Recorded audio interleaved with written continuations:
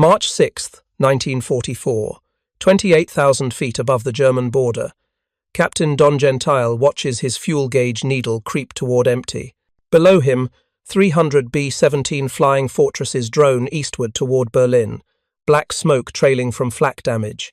Behind him, 50 P-47 Thunderbolts bank westward, their fuel exhausted, abandoning the bombers to the Luftwaffe. Gentile's squadron should be turning back too. Every fighter pilot in the 8th Air Force knows the mathematics of death. Frankfurt is the invisible line, the absolute limit of escort range. Beyond Frankfurt, the bombers fly alone, and waiting in that killing zone are 200 German fighters who know exactly when the American escorts must turn for home. But today, Gentile doesn't turn back. His P-51B Mustang, tail number 43-6359, still shows a quarter tank of fuel. Impossible. He's already flown farther than any American fighter has ever escorted bombers into Germany. He's 100 miles past the point where his engine should be drinking fumes. The radio crackles. Blue flight, this is Blue leader. Check fuel state. The responses come back, each one defying everything the flight manuals promised. Blue 2, quarter tank. Blue 3, 1/3 remaining. Blue 4, 30%. For the first time in the air war, American fighters are staying with the bombers all the way to the target. Not Frankfurt, not Hamburg, Berlin, the capital of the Third Reich. And they're doing it because 3 months ago, a team of engineers at North American Aviation made a decision that violated every design principle they'd been taught.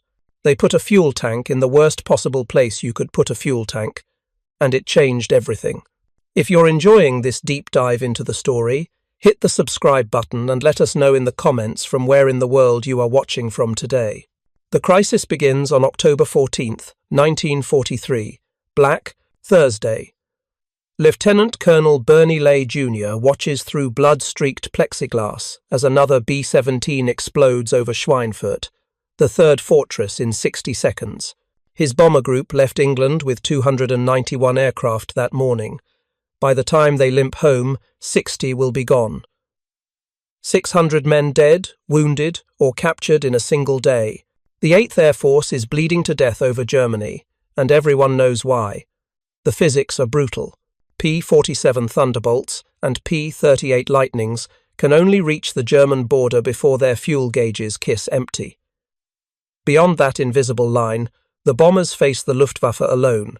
German fighters lurk just past escort range, waiting like wolves at a fence line.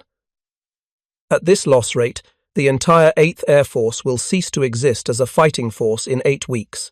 General Henry Hap Arnold summons his staff to Washington.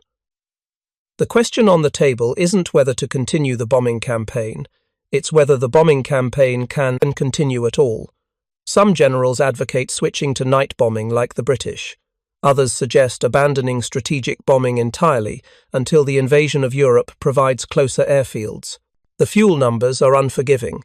A P-51 Mustang in October 1943 carries 184 gallons internally in wing tanks. At combat power settings, that translates to roughly 600 miles of combat radius, just enough to reach Frankfurt and back. Berlin sits 110 miles beyond that threshold. It might as well be on the moon. But what General Arnold doesn't know, what nobody in that oak-paneled Pentagon conference room knows, is that in Inglewood, California, a self-taught German immigrant engineer is about to propose something that will horrify every aviation expert in America. His solution will extend fighter range by 300 miles. It will turn the P-51 Mustang from a promising fighter into an unstoppable strategic weapon. It will also create an aircraft so dangerous to fly that pilots will call it the funny plane and compare it to a lawn dart with wings. His name is Edgar Schmood, and he's about to put fuel in a place where fuel should never go. Edgar Schmood doesn't look like a man who would design the most famous fighter aircraft in history. He's 44 years old in 1943, thin-framed, with thick glasses and thinning hair. He speaks with a faint German accent that makes some people suspicious in wartime America. He never graduated from a university engineering program. Everything he knows about aircraft design, he taught himself, night after night, through books and relentless study. But his desk at North American Aviation tells a different story. Scattered across the drafting table are blueprints for the NA-73X, the prototype that became the P-51 Mustang. Beside them sit patents for innovative engine components he designed years ago in Germany. Technical reports from the National Advisory Committee for Aeronautics, performance data from RAF Mustang squadrons flying low-altitude reconnaissance missions over France. Schmude was born in Germany in 1899, grew up fascinated by mechanical things, served as a mechanic in the Austro-Hungarian aviation troops during the First World War. When the German economy shattered after the war, he left for Brazil in 1925, working for General Motors in São Paulo. His exceptional work caught the attention of American managers. In 1931, during the depths of the Great Depression when immigration quotas were brutally strict, he was one of only 794 people admitted to the United States. He joined Fokker Aircraft Corporation, then moved to North American Aviation when it reorganized in 1935. By 1940, he was chief of preliminary design, the man who convinced company president James Dutch Kindleberger to reject a British contract to build P-40 fighters under license and instead design something better. "Dutch, don't let us build an obsolete airplane," Schmude told him. "Let's build a new one." That conversation launched the Mustang. In 102 days, working 16-hour shifts, Schmude's team designed and built the NA-73X prototype. It rolled out of the hangar on September 9, 1940, without an engine, without brakes, without paint. But it flew on October 26th, and it flew fast, 382 miles per hour, with an Allison engine that everyone agreed was underpowered.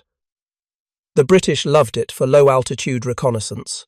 The RAF's Mustang Mark Is and Mark IIs ranged deep into occupied France, flying at treetop level where their speed made them nearly invulnerable. But for high-altitude bomber escort, the Allison engine couldn't deliver the power needed above 15,000 feet. The early Mustangs were fast down low, but gasping for air up high, where the bombers flew. Then, in 1942, everything changed. British test pilots at Rolls-Royce's facility in Hucknall, England, married the Mustang airframe to a Merlin 60 series engine, the same engine that powered Spitfires. The performance transformation was staggering. At 30,000 feet, the Merlin-powered Mustang reached 440 miles per hour, nearly 100 miles per hour faster than the Allison version at that altitude. The United States Army Air Forces placed an immediate order for 2,200 of the new P-51Bs. By November 1943, the first Merlin-powered Mustangs arrived in England, assigned to the 354th Fighter Group at RAF Boxted. They were fast. They were agile. They could fight the Messerschmitt Bf 109 seconds and Focke-Wulf 190 seconds on equal terms at any altitude. But they still couldn't reach Berlin. The math was simple and unforgiving. 184 gallons of internal fuel, even with 275-gallon external drop, tanks, the combat radius topped out at roughly 600 miles. You could escort bombers to Frankfurt. You could fight your way to Hamburg if the winds were favourable. But Berlin, 570 miles from English airfields, remained out of reach. North American's engineering team ran the calculations again and again. To reach Berlin and back with any fuel reserve for combat, a P-51 needed approximately 420 gallons total capacity. They had 234 gallons with drop tanks. They needed another 85 gallons somewhere. In July 1943, the Army Air Forces issued a directive to all fighter manufacturers: maximize internal fuel capacity. The order was clear. The timeline was urgent. The 8th Air Force was dying over Germany. Edgar Schmude called his engineering team into the conference room. Raymond Rice, chief engineer; Larry Waite, chief technical engineer; Edward Hawkey, chief aerodynamicist. They spread the P-51B blueprints across the long table and asked the question that would change the air war. Where can we possibly put 85 more gallons of fuel? The wing tanks were already maxed out at 92 gallons each. The wings couldn't hold more fuel without a complete redesign, which would take a year they didn't have. The nose, too far forward, would throw off the center of gravity. The tail, impossible. No room past the vertical stabilizer and rudder. That left one option. One terrible, dangerous, physics-defying option. The fuselage, directly behind the pilot's seat. Edward Hawkey, the aerodynamicist, immediately objected. You can't put fuel there. That's aft of the center of gravity. With 85 gallons back there, the aircraft will be tail-heavy, longitudinally unstable. Any combat maneuver with that tank full will cause stick reversal. The airplane will literally fight the pilot's inputs. Raymond Rice nodded. It violates every principle of aircraft design. Center of gravity, travel has to stay within narrow limits. This pushes it way past acceptable boundaries. Schmude listened, then walked to the blackboard. He drew the P-51 profile, marked the center of gravity, sketched in the proposed fuel tank location. Gentlemen, he said quietly, you're absolutely right. This is a terrible place for a fuel tank. The aircraft will handle like a brick with that tank full, but consider the operational profile. He drew a timeline across the board. The pilot takes off with the fuselage tank full. Before crossing the English Channel, he burns fuel from the fuselage tank first. By the time he reaches hostile airspace, that tank is empty, or nearly empty. The center of gravity moves forward. The aircraft flies normally. He fights on wing tank fuel and drop tanks. He comes home on wing tanks. And if he gets jumped by German fighters before he burns off the fuselage tank fuel? Hawkey asked. Then he jettisons the drop tanks and dives for the deck while burning off the fuselage fuel as fast as possible. Or he dies. But without this tank, he can't reach Berlin at all. So those bombers definitely die. The room fell silent. They were designing an aircraft that would be dangerous to fly for the first hour of every mission. An aircraft that could kill inexperienced pilots who pulled too hard on the stick with a full aft tank. An aircraft that training manuals would warn against with stern notices. With the internal fuselage tank filled with 85 gallons of fuel, the airplane is so unstable longitudinally that violent pullouts or tight turns must be executed with caution as stick loads rapidly reverse. But it would reach Berlin.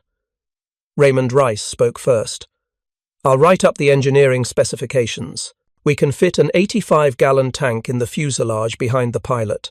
Self-sealing, same as the wing tanks. Feed lines plumbed to drain that tank first in the fuel sequence. Larry Waite added, We'll need to move the radio equipment slightly aft to make room, and we'll have to recalculate the fuel transfer procedure. Schmude looked at his team. Gentlemen, I know this isn't elegant. I know it's dangerous. But bomber crews are dying because we can't protect them. If putting fuel in the worst possible place gives them a fighting chance, then that's what we do. In August 1943, North American Aviation began modifying P-51Bs on the production line.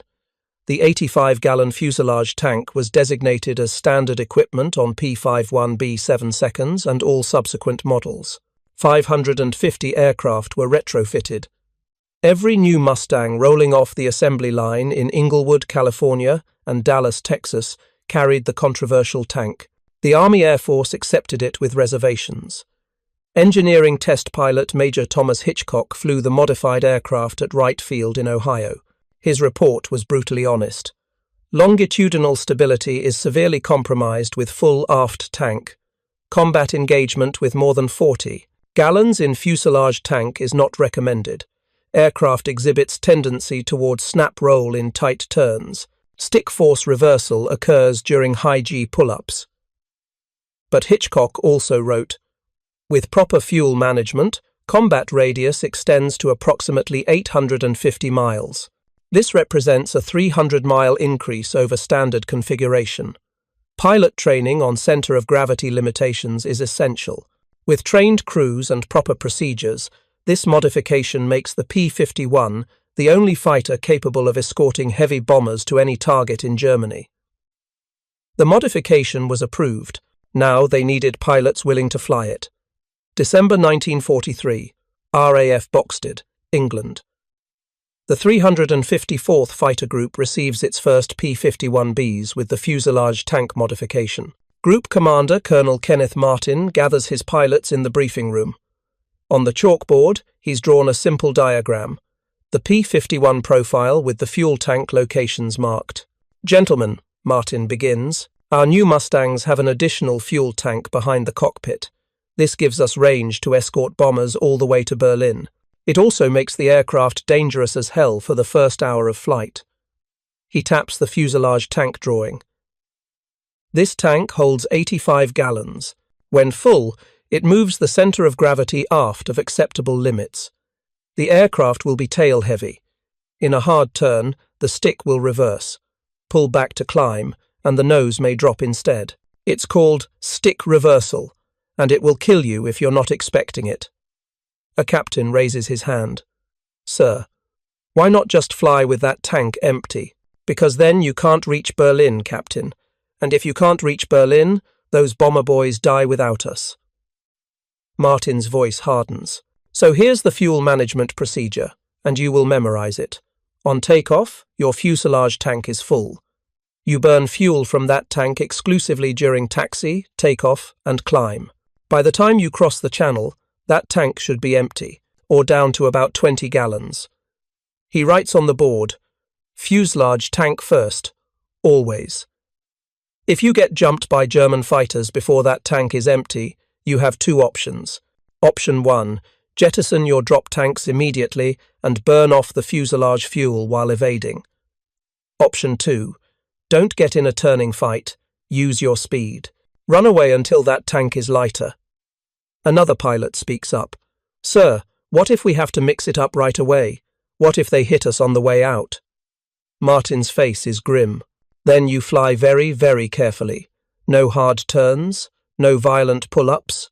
You fly like the airplane wants to kill you, because with that tank full, it absolutely does. You've got this figured out, or you die. Your choice." The room is silent. These are experienced combat pilots. They've flown P-39 Era Cobras, flown through flak over France, tangled with experienced Luftwaffe veterans.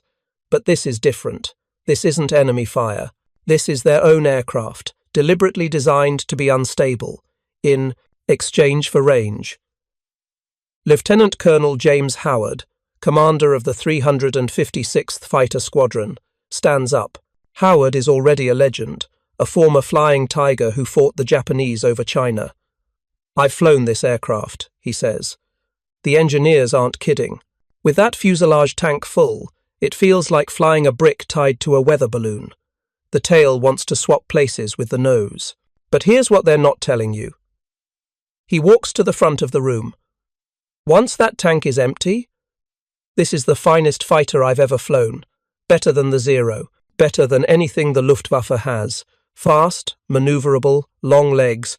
The first hour sucks. But if you survive the first hour, you're flying the best fighter in the world, deep over Germany, where no other American fighter has ever gone." Howard looks at the assembled pilots. "So we burn off that fuselage tank fuel fast. We treat the first hour like a careful ferry flight, and then we go hunting." Questions? A young lieutenant asks, "Sir, what's it like when the stick reverses?" Howard's smile is cold, like the airplane suddenly stops obeying you and starts fighting you, like you're wrestling a wild horse, but it's predictable. You know it's coming, so you compensate. You fly smooth, no yanking the stick, gentle inputs. Think of it like handling a barely broken-in fighter that still remembers when it wanted to kill you. Respect it, and it'll get you home. December 5th, 1943. The 354th Fighter Group flies its first operational mission with the modified P-51Bs. 37 Mustangs take off from RAF Boxted at 0800 hours, climbing into cold English skies. The target is Amiens, France. Not a deep penetration, but a shakedown mission to test the new fuel systems and procedures. Captain Don Blakesley leads the formation. A combat veteran with 6 confirmed kills, Blakesley has flown Spitfires with the RAF before transferring to the 8th Air Force. He knows what he's looking for. Any sign that these modified Mustangs aren't ready for combat. At 5,000 feet, climbing over the channel, he tests the handling. Gentle turn to port. The aircraft responds sluggishly, mushy, the tail heavy. He can feel it through the stick. The P-51 wants to swap ends. He checks his fuel gauge, fuselage tank still showing 3/4 full. "Blue flight, this is Blue leader," he radios. "How's everybody's handling?" The responses crackle back. "Mushy. Tail heavy. Feels wrong. Roger that. Keep burning off your aft tanks. No hard maneuvering until those gauges show empty." By the time they reach the French coast, 30 minutes into the flight, Blakesley's fuselage tank reads 1/4 full. The handling has already improved. The aircraft feels more responsive, the tail less determined to lead the nose. At 40 minutes, the fuselage gauge hits empty. He tests the handling again. The difference is night and day. The P-51 now feels like a thoroughbred fighter. Responsive, eager, balanced. He pulls hard into a climbing turn. The stick responds exactly as it should. No reversal, no mushiness. Just pure, clean handling. Blue flight. Aft tanks empty. This thing flies like a dream now. Ready to work. The mission over Amiens goes smoothly. They escort B-17 seconds to the target, tangle briefly with 4 BF-109 seconds that wisely disengage after one pass and bring all 37 Mustangs home. But the real test comes when they calculate fuel consumption. After landing, ground crews check the fuel logs. The numbers are remarkable. With the 85-gallon fuselage tank, plus wing tanks, plus 2 75-gallon drop tanks, the P-51Bs carried 419 gallons total. They'd flown to Amiens and back, fought a brief engagement, and landed with reserves that would have allowed another hour of combat operations. Captain Blakesley files his report. Fuselage tank modification performs as advertised. Handling is seriously degraded with full aft tank, but manageable with proper technique. Once aft tank is empty, aircraft performance is excellent. Range extension is substantial. Recommend full deployment. On December 13th, the 354th Fighter Group flies deeper into Germany, escorting bombers to Kiel. It's the first time American fighters have penetrated that far into the Reich. They burn off their fuselage tanks over the channel, fight German interceptors over the target, and escort the bombers home. All aircraft return safely. The bomber crews can't believe it. For the first time, their little friends stayed with them the entire mission. No turning back at the invisible fuel line. No lonely, terrifying stretch where the only protection was their own machine guns against swarms of German fighters. Staff Sergeant Mike Rossetti, tail gunner on a B-17 named Lucky Lady, writes home on December 15th. "Our fighter escort stayed with us all the way to the target and back. All the way. The German fighters hardly pressed their attacks once they saw our P-51 seconds weren't leaving. I don't know what those Mustang pilots are doing differently, but it saved our lives today." What they were doing differently was trusting an 85-gallon fuel tank in the worst possible place, burning off that fuel before the fighting started, and accepting an hour of dangerous instability in exchange for hundreds of miles of extra range. January 11th, 1944. The 354th Fighter Group escorts a heavy bomber formation to Oschersleben, deep in Germany. Over 300 German fighters rise to intercept. In the chaos of the battle, Lieutenant Colonel James Howard finds himself separated from his squadron, alone with a formation of 30 German Bf-109 seconds and Phil 190 seconds swarming toward a B-17 group. The tactical situation is hopeless. One fighter against 30. But Howard's fuselage tank is empty, his P-51 is flying light and fast, and between him and those B-17 seconds are 300 bomber crewmen who will die if those German fighters get through. Howard attacks. He dives into the German formation head-on, guns blazing, breaking up their attack pattern. The Germans scatter, reforming for another pass. Howard attacks again. And again. For more than 30 minutes, he single-handedly disrupts every German attack against that bomber formation. He destroys 3 German fighters. When his ammunition runs out, he continues making aggressive fake attacks, bluffing the German pilots into defensive maneuvers. By the time other P-51 seconds arrive, the German fighters have had enough. They disengage, having failed to shoot down a single bomber from the formation Howard protected. The bomber crews report seeing one lone Mustang performing impossible aerobatics, engaging 30 fighters simultaneously. James Howard will receive the Medal of Honor, the only fighter pilot in the European theater to earn America's highest military decoration.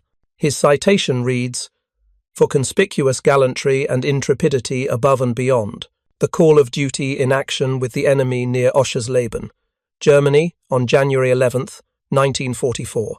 On that day, Colonel Howard was the leader of a group of P-51 aircraft providing support for a heavy bomber formation. When his squadron was forced to leave the bombers owing to lack of fuel, Colonel Howard was unable to join them due to mechanical trouble with his aircraft. Alone, he sighted a formation of 30 enemy aircraft attacking the bomber formation, whereupon, with utter disregard for his own safety, he immediately pressed home an attack on the attacking enemy force. But here's what the citation doesn't say. James Howard could only make that attack because his fuselage tank was empty. With 85 gallons of fuel behind his seat, the aircraft would have been too unstable for the violent aerobatic maneuvers he performed. The modifications that made the P-51 dangerous to fly also made Howard's impossible defense possible. The 85-gallon fuselage tank proves itself repeatedly through January and February 1944. Bomber losses drop dramatically. Where once the bombers flew naked past Frankfurt, now they have continuous fighter escort to any target in Germany. The Luftwaffe is forced to change tactics, no longer able to wait out the American escorts. But the real vindication comes on March 4, 1944. If you find this story engaging, please take a moment to subscribe and enable notifications. It helps us continue producing in-depth content like this. Berlin, the capital of the Third Reich, the psychological and political center of Nazi Germany. For 3 years, Hitler's capital has remained beyond the reach of American daylight bombers protected by fighters. The RAF pounds Berlin by night, suffering terrible losses. But daylight precision bombing raids, the core of American strategic doctrine, cannot reach Hitler's doorstep because fighters cannot fly that far. Until now. On the morning of March 4, 1944, the weather over England is miserable. Cold rain, thick clouds, wind gusting across the runways. In pre-flight briefings across a dozen airfields, fighter pilots gather around illuminated maps and see the red tape stretching from southern England deep into Germany, all the way to a large letter B. Berlin, Captain Don Gentile, 336th Fighter Squadron, later describes that morning, "When we saw that red line going all the way to Berlin, nobody said anything for about 10 seconds. We all knew what it meant. No American fighter had ever gone that far. Hell, most people didn't think it was possible. But there was the line, and there were the bombers that needed us, and there was the enemy capital that had been laughing at us for 3 years. The plan is complex, coordinated down to the minute. 814 B-17 flying fortresses will attack targets in Berlin. They'll be escorted by 744 fighters, P-38 Lightnings, P-47 Thunderbolts, and the new P-51 Mustangs with their controversial fuselage tanks. The P-47 seconds will escort the bombers to the German border, then turn back as their fuel runs low. The P-38 seconds, with their twin-engine configuration and good range, will stay with some bomber formations all the way. But the bulk of the deep escort mission falls to the P-51 groups, the 354th, 357th, and 4th fighter groups, all flying Mustangs with the 85-gallon modification. At 0600 hours, the first B-17 seconds begin rolling down English runways. 20 minutes later, the P-51 seconds follow.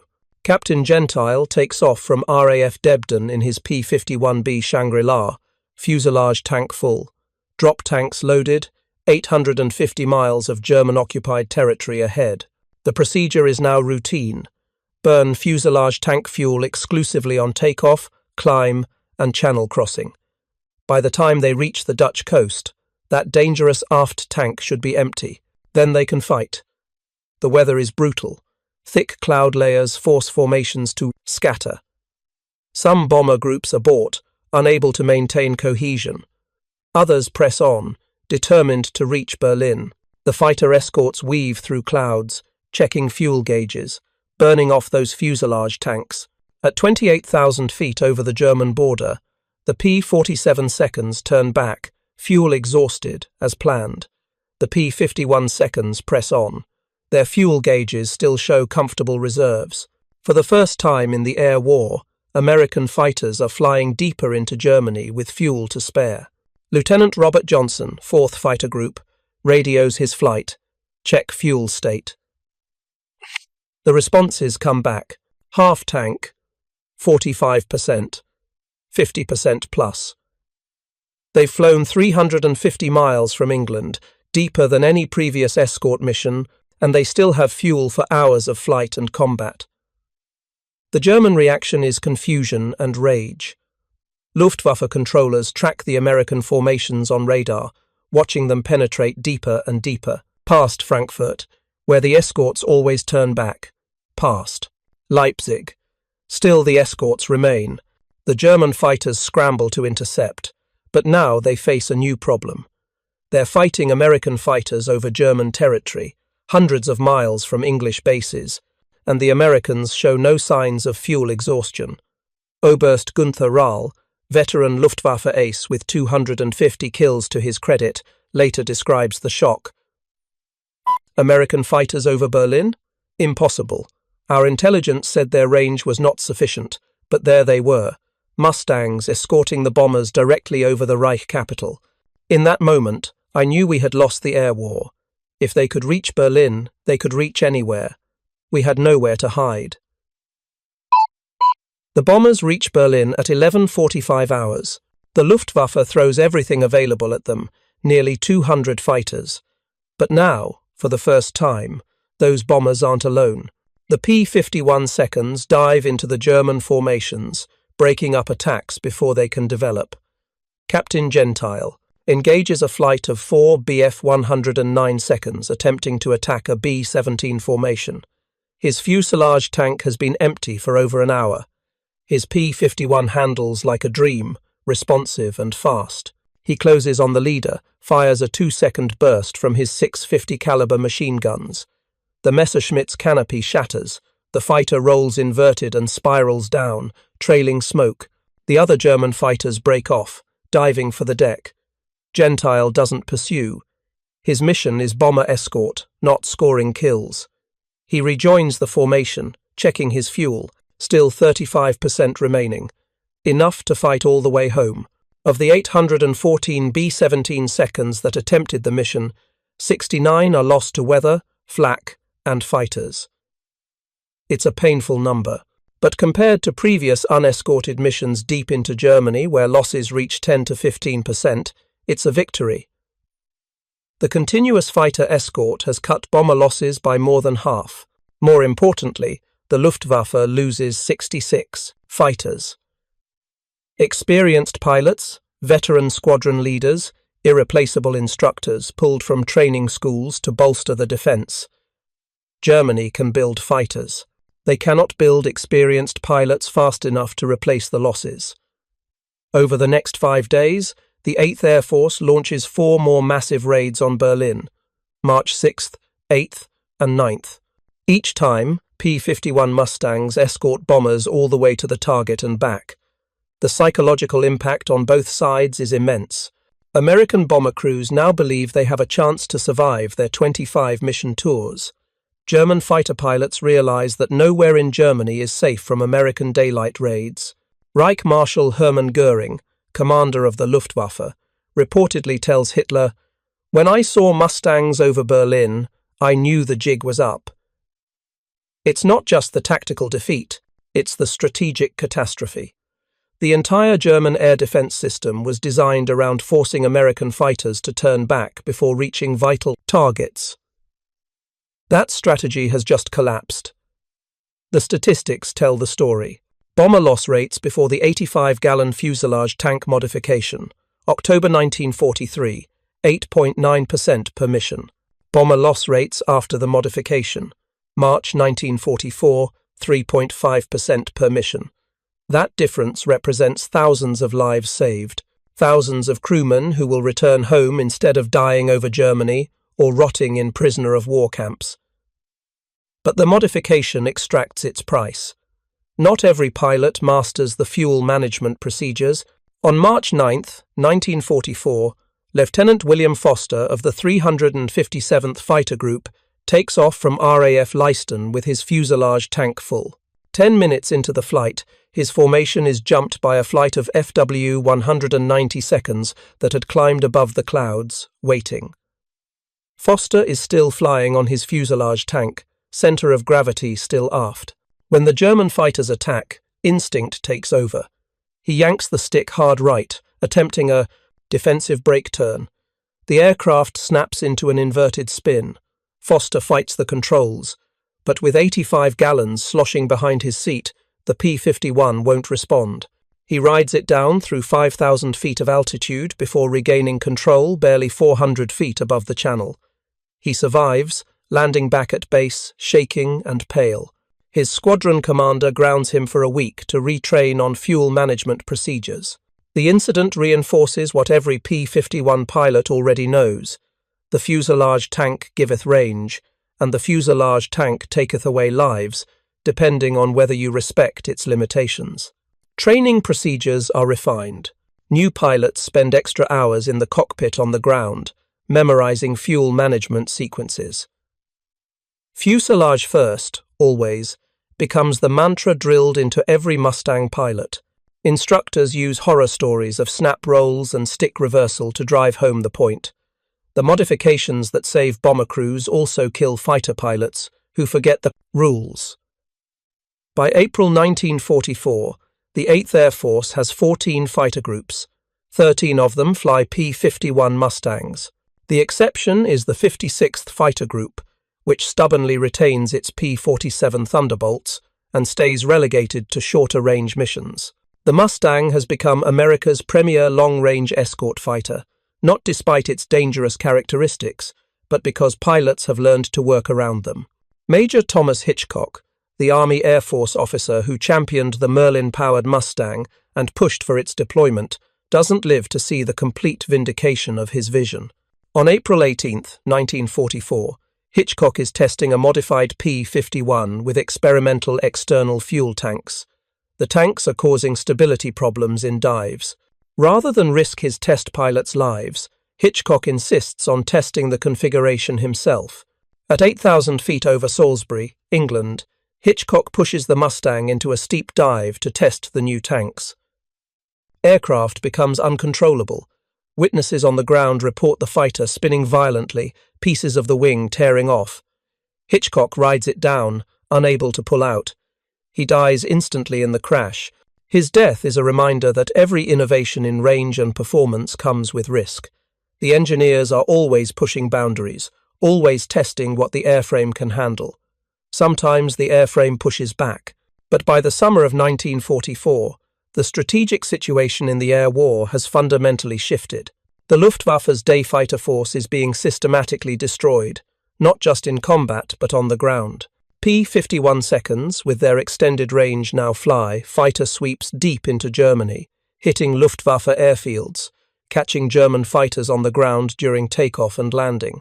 The fields where German pilots once felt safe, 500 miles from Allied bases, are now hunting grounds for Mustangs with fuselage tanks. The statistics are brutal and decisive. In February 1944, during Big Week, a concentrated offensive against German aircraft production facilities, P-51 pilots destroy 17% of the Luftwaffe's experienced fighter pilots in air-to-air combat. In March, the number climbs to 22%. These aren't just aircraft losses.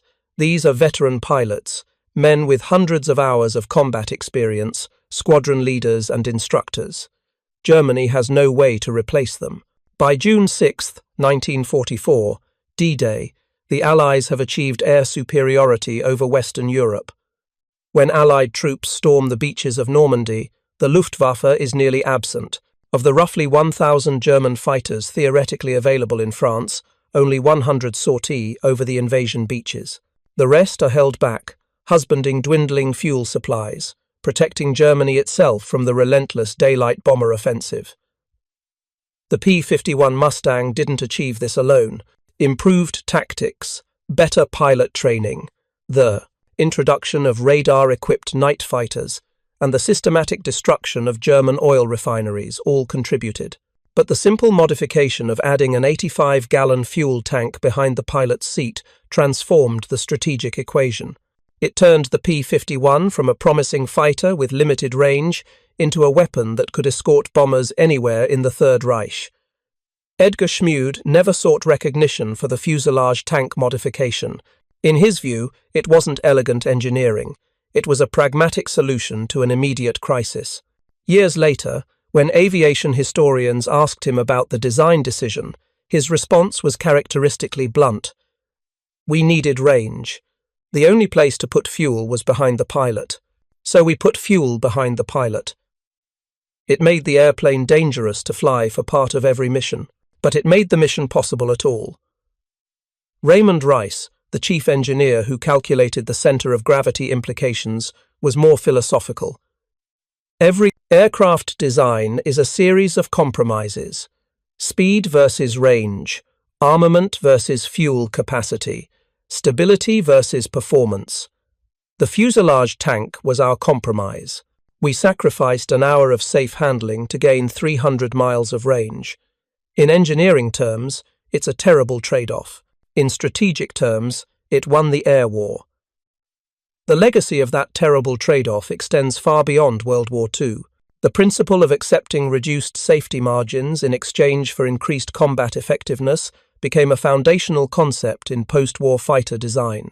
Century Series fighters like the F-100 Super Sabre, designed by Edgar Schmude after the war, deliberately pushed handling characteristics to the edge of controllability in pursuit of performance. Modern fighter aircraft routinely incorporate fly-by-wire systems, specifically because the airframes are aerodynamically unstable without computer assistance. The P-51 pilots of 1944 were flying the first generation of fighters that demanded more from their pilots than traditional stable aircraft ever did. They couldn't relax.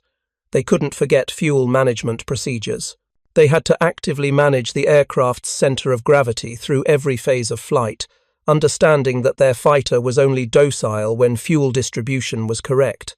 In return for that constant vigilance, they received something previous fighter pilots could only dream of: the ability to take the fight anywhere, deep into Germany, over Berlin, to the oil refineries in Romania, to the aircraft factories in Bavaria.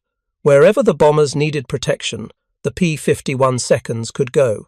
By war's end, P-51 Mustangs equipped with the 85-gallon fuselage tank had destroyed 4,950 enemy aircraft in aerial combat, more than any other American fighter in Europe.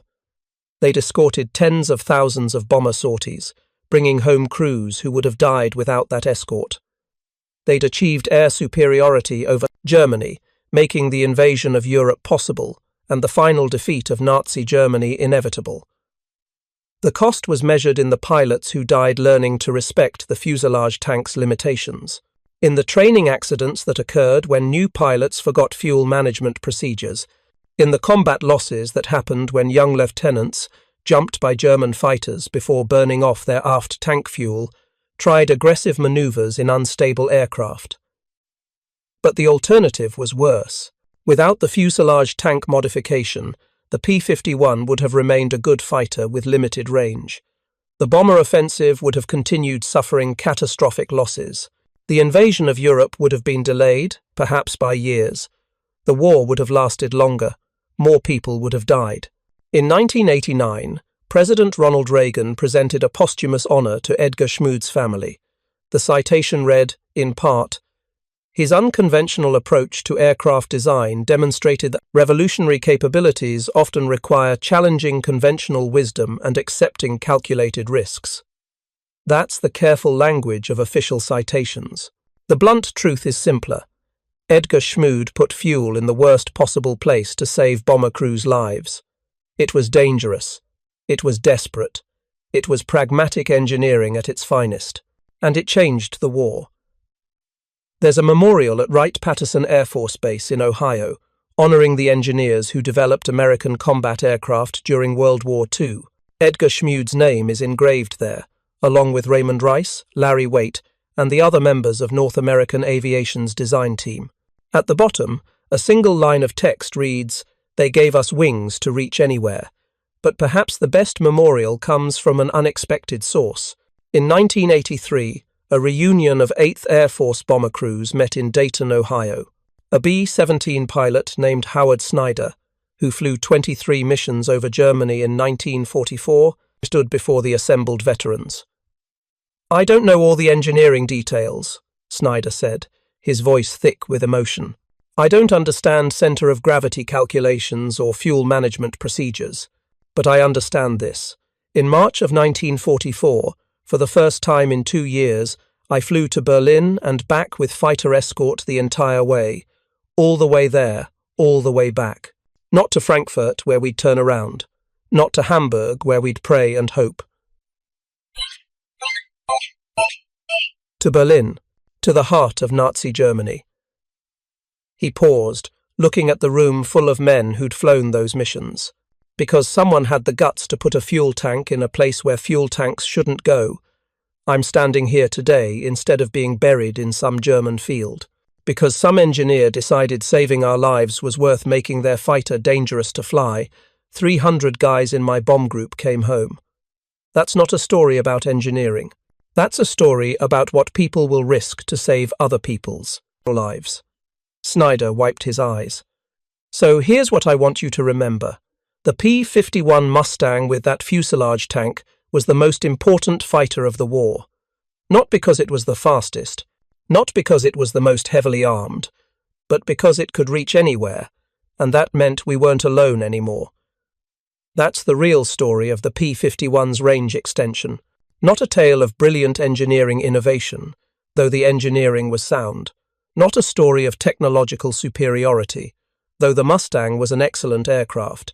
It's a story about people making desperate choices in desperate times, about accepting danger to provide protection, about engineers and pilots and bomber crews all taking risks so that some of them, at least, could come home.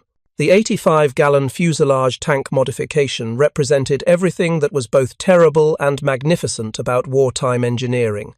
It solved an urgent problem through brute force pragmatism rather than elegant design. It created an aircraft that was genuinely dangerous to fly during critical phases of each mission.